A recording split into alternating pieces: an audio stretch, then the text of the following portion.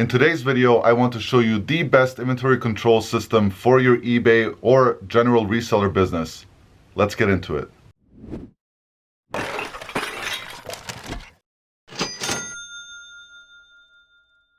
Do you find yourself scrambling around looking for things that sold on eBay or Poshmark or Mercari and just wasting a bunch of time trying to find items that you just sold but you have no idea where you put them? Let's talk about that today. Let's talk about actual inventory control systems, how you can manage your inventory, how to do inventory control management in general, and I want to show you the best inventory control system for your reseller business. I'm going to cover a few things in this video. One is the simplicity of putting things away properly so you can easily find them. I'm going to show examples by actually pulling the orders, and then we're going to talk about how to manage your inventory, especially once you start getting into the several hundreds or several thousand listings. We talk about having real inventory control measures to make sure that your inventory is correct and accurate and your items are actually listed for sale and easy to find.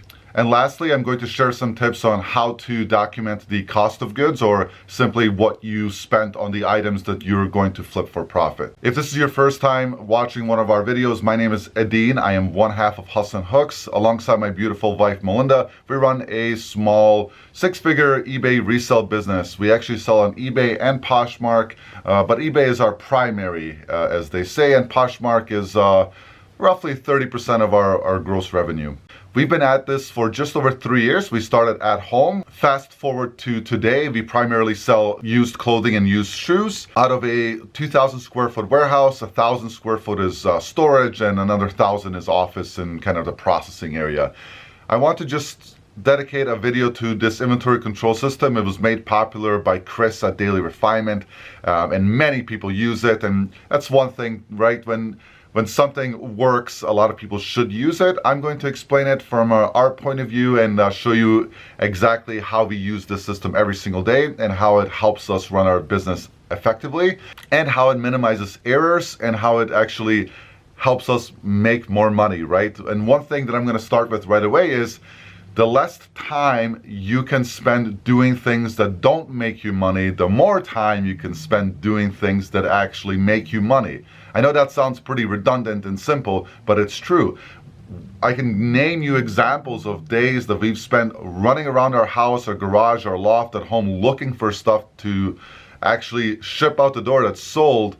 Instead of spending that time sourcing properly or listing items, we were wasting time looking for things, and I know a lot of people can relate, especially those getting started. Let's talk through this magazine-style inventory control system, starting from getting the items photographed and put into the system. So right next to me is a box of fresh inventory that was photographed by our team yesterday. This box here, you can find it on Amazon, or you can find it at Uline. This is where we got it from because we got a better bulk deal.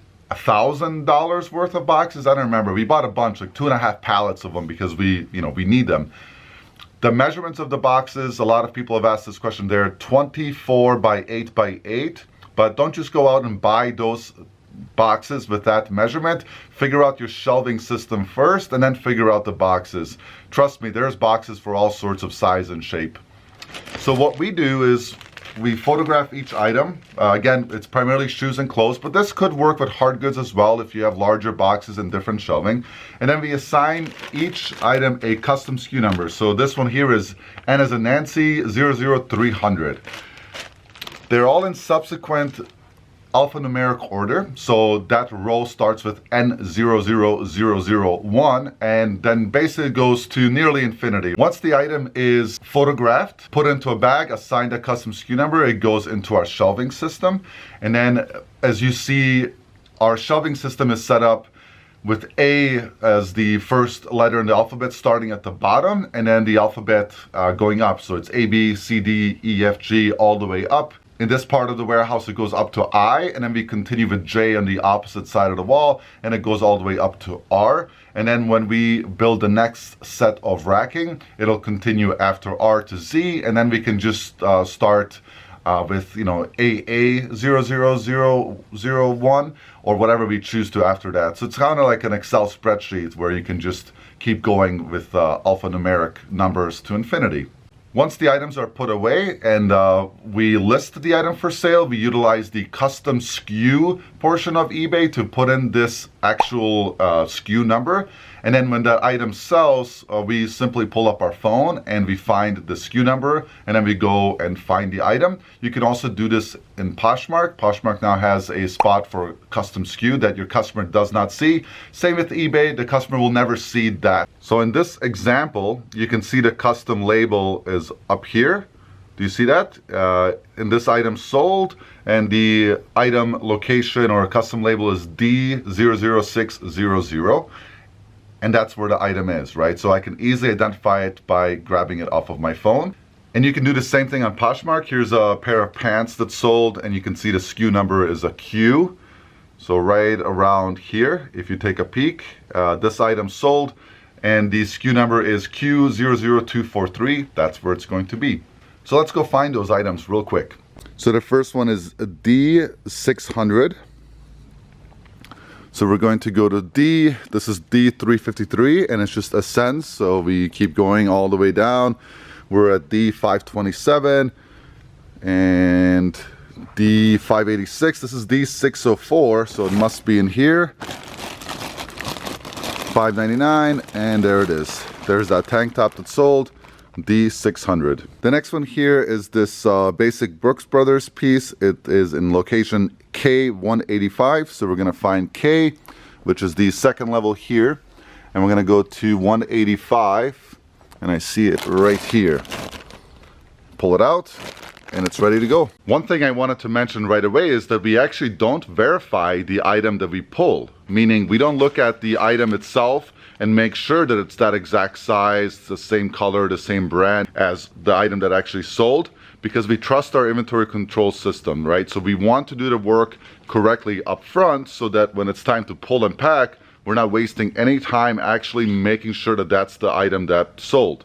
We have to trust it.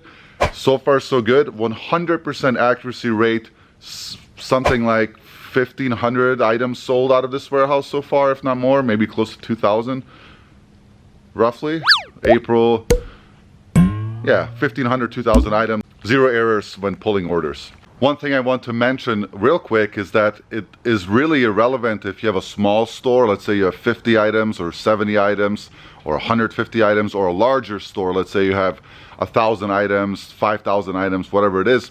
Having a good inventory control system in place when you're small and having those good habits will really help you as you continue to grow, because it's really easy to continue good habits and it's really hard to break out of bad habits. Now that we've finished another box of inventory, we're going to put it on the shelving, right?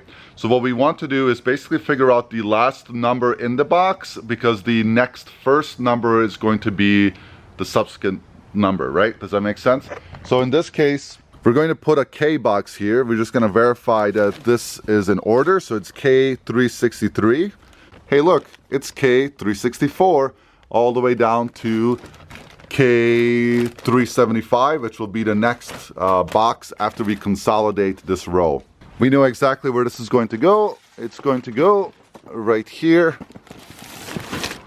And since I don't have another shelf next to it, that's it for K. It's now completely full until we consolidate.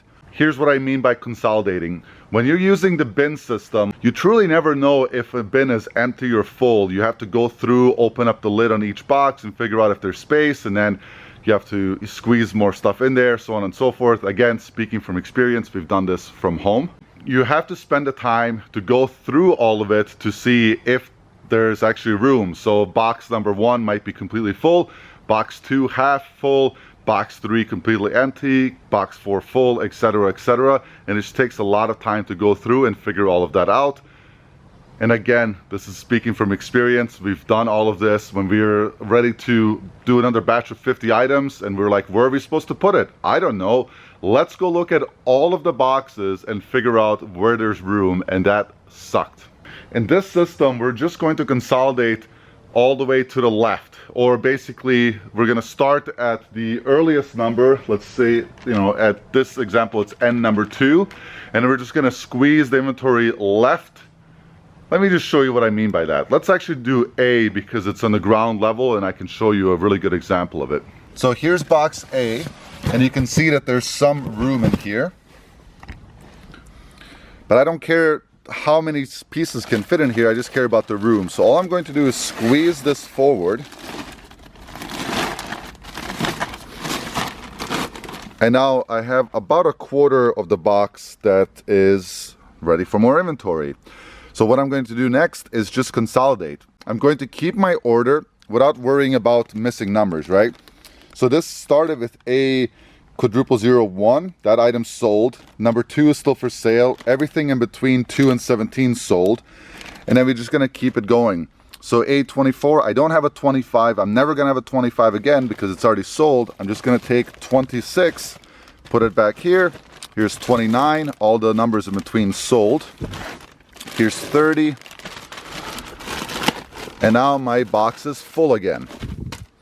So now I can take this box and put it back in its original location. The box never changes. And now I start with the next one and I squeeze. And now I have more than half a box available. I'm going to continue this all the way down and I'll show you the finished results. Here's box number 2. It started at 31 and it's going to end at 52. And box 3 now has more than 3/4 of the box available. So you can see I'm already making room.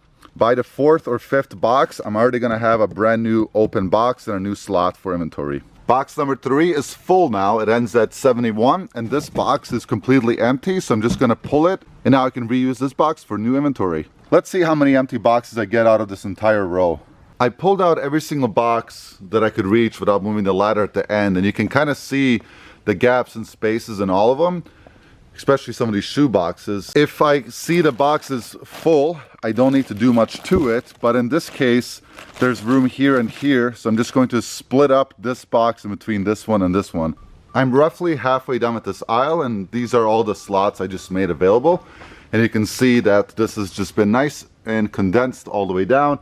Halfway to go, we'll see what the final count is. I just finished consolidating row A. I'll show you how many boxes we freed up. So we got 1, 2, 3, 4, 5, 6, 7, 8, 9, 10. And that means that we have 10 slots. And then here we end with A633. So we actually have 10 and roughly 3/4 slots left. A now has 10 and 3/4. So now we can restock it with inventory.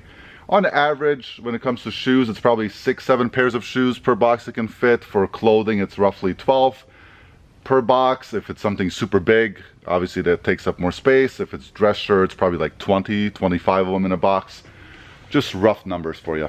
Now that these are empty, I just put them to the photography room and just reuse them. There's nothing on these boxes, so they can go anywhere. So now I just replenish them. How do you actually do inventory control management? That's the big question next. When I used to work for Cisco, a food distributor, they had to do inventory control management basically every single day because we needed to know how many cucumbers to order, how many pallets of pineapples, how many eggs, blah, blah, blah, so that we can fulfill the orders every single day for over, I think that location served like 4,000 or 5,000 customers, right? So inventory control management was super important, and there was a department dedicated just for inventory control. It's not that complex here, but let me show you the best part about an alphanumeric system on eBay and how you can actually verify that your stuff is still for sale and how you can verify that you still have the items. Verifying your inventory this way really just works on eBay. There might be different ways to do it on different platforms. I'm just not sure how to, so I'm going to show you the eBay version of it because that's our primary platform we sell on. What you want to do is just log in and go to your active listings. Up here on listings, we're going to click on active. We have 5,167 active listings. We're going to scroll down just slightly. And then we're just going to organize by custom SKU by clicking on it. And we're going to start with A. And if you remember, I said, hey, we don't have A number 1 anymore because it's sold. There's A number 2, and then there's A17, 18, so on and so forth. So what you can do is you can actually export this into an Excel file, and you can customize that Excel file by custom SKU. You can print that out and you can verify every single piece of your inventory that's in aisle A. And you do this for every single one all the way through, right? And that's why it's nice to have alphanumeric labeling system, because it's all in order. That's pretty much it. So you would upload, format that Excel table to your liking, and then you can have that sheet in front of you and go through all your listings and verify that you actually have the item, that it's still for sale, and you actually have it categorized correctly. Then you can find any errors if you made a mistake in putting something in a different SKU or whatever it may be. So that's the big benefit of it. You can actually control your inventory that way.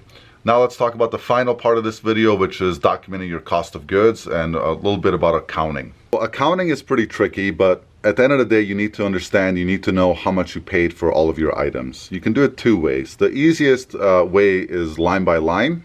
And you do this when you're small and when you're just flipping some things, right? Maybe you have 75, 100, 200 listings, and you occasionally pick stuff up from a Goodwill or a garage sale, whatever it may be. The best thing you can do is just take a notepad or something, write down how much you paid for everything, and then open up your Excel spreadsheet. You can use our spreadsheet. The link is below in our description. You can document your unlisted cost of goods. So let's say you went to Goodwill, you found 10 items, you paid $100 total. You can just divide easily and say, hey, my cost per item is $10, right? 100 divided by 10 is 10. And that would be kind of the average cost of goods. Or you can go line by line and specifically say, well, I paid 12 for this Nike hoodie, I paid 6 for these Abercrombie jeans, I paid $4 for these shorts, so on. It doesn't matter. You can do that however you want. At the end of the day, your accountant and the government just cares about your total cost of goods because that goes against your net profit, right? The other way to do it is in bulk. So let's say you have a supplier and you spend $500 on a lot. You can figure out your average cost of goods pretty easily by dividing the number of units you have and how much you paid for it in total.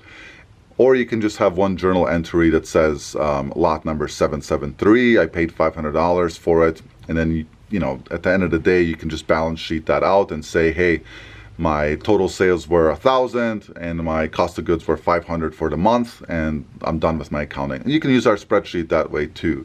Or you can use any method you choose to. What the government or the IRS and your tax professionals care about is the actual amount that you spent. So you need to make sure that you're documenting that, even if it's something that you damage out later on or you decide that it's really not worth flipping, you still spend money on it. You need to document that you spend money on it as a cost of good or a sunk cost. That's really it. I mean, it's not that complicated. It's up to you how you want to do it. I see benefits in both. I think when you're first starting out and you're trying to tune in and make sure that you're making your preferred net margins, you want to do line by line as a small seller, just because it gives you a little bit more detail that you can study and figure out.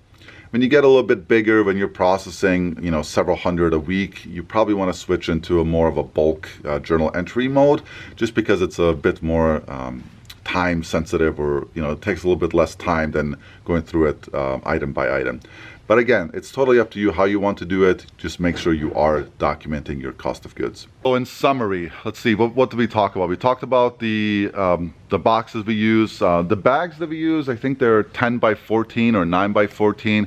You can get different size bags. You can find them on Amazon for pretty cheap. We do reuse them all. We just put a brand new sticker over the one that we just emptied. So like the examples that we pulled for sale, once these items are packaged, for example, this sweater, all I'm going to do is pull the sweater out, pack it in a poly mailer or a USPS padded envelope, and then I'm just going to put this bag into the reuse pile, and the next time we do photos of clothing, we're just going to reuse it, put a new sticker on top of it. The boxes we do reuse as well. We have one more pallet of those left before we run out, but that should last us at least for the next like year and a half or so. We talked about consolidating inventory. I hope that makes sense to you. We compared it to the bin system and how much easier this is. We talked about the box sizes and making sure that they fit your custom shelves. Everyone has a different shelving system. One tip I'll put in here real quick is just to make sure you guys are maximizing above space, right? Especially if you live in a city where space is really expensive to rent, you want to maximize as much of that overhead space as possible. Imagine big cities and skyscrapers, right? They build up because they don't have a lot of space on the ground. We talked about consolidating, we talked about pulling orders, we talked about inventory control, actually going in on eBay and verifying the items that are in your store. We're still figuring those frequencies out. We're still figuring out the frequency of when do we consolidate. Right now it's an as needed basis. We still have to figure out how often we want to do actual inventory control management, you know, if it's going to be monthly or quarterly or annually. Those are things that you have to figure out yourself based off of the business that you're running too. Then we talked about documenting cost of goods and you know, line by line versus bulk entry. And again, the biggest takeaway from that is just to make sure you're doing something, because you don't want to pay taxes on your gross sales. You want to pay taxes on your net income minus all your expenditure, including the cost of goods, right? That's going to do it for this one. I hope that this was helpful. I think this is the best inventory control system or inventory system for shoes and clothes for sure. You know, it does get a little tricky when you have bulky stuff, so you might have to have some variations. Like, for example, all these SAS boxes that you see here on the floor, they don't quite fit well in those boxes, so we just have them separately. And that big haul of Red Wing boots we just got in, they're not going to fit in these slots very well, so we're going to just have those separately in a corner where everybody knows those are the Red Wing boots. And then for jackets and coats and big Carhartt overall, things like that, we have them currently hung on a rack. And that's okay for now. Again, we could squeeze 1 or 2 jackets per box, but I think it would just take away a lot of space. But again, that might change, and you need to figure that out yourself for sure. I truly appreciate it. Thank you so much for watching this video. If you haven't subscribed to our channel, please do. It costs you nothing and it helps us. And if you want to hit the thumbs up on your way out because you found value in this video, please do that as well. You can support us by buying something from our eBay store, and if you've supported us in any way, including watching this video, we truly appreciate it and we are forever grateful. Thank you so much for your time. Take care.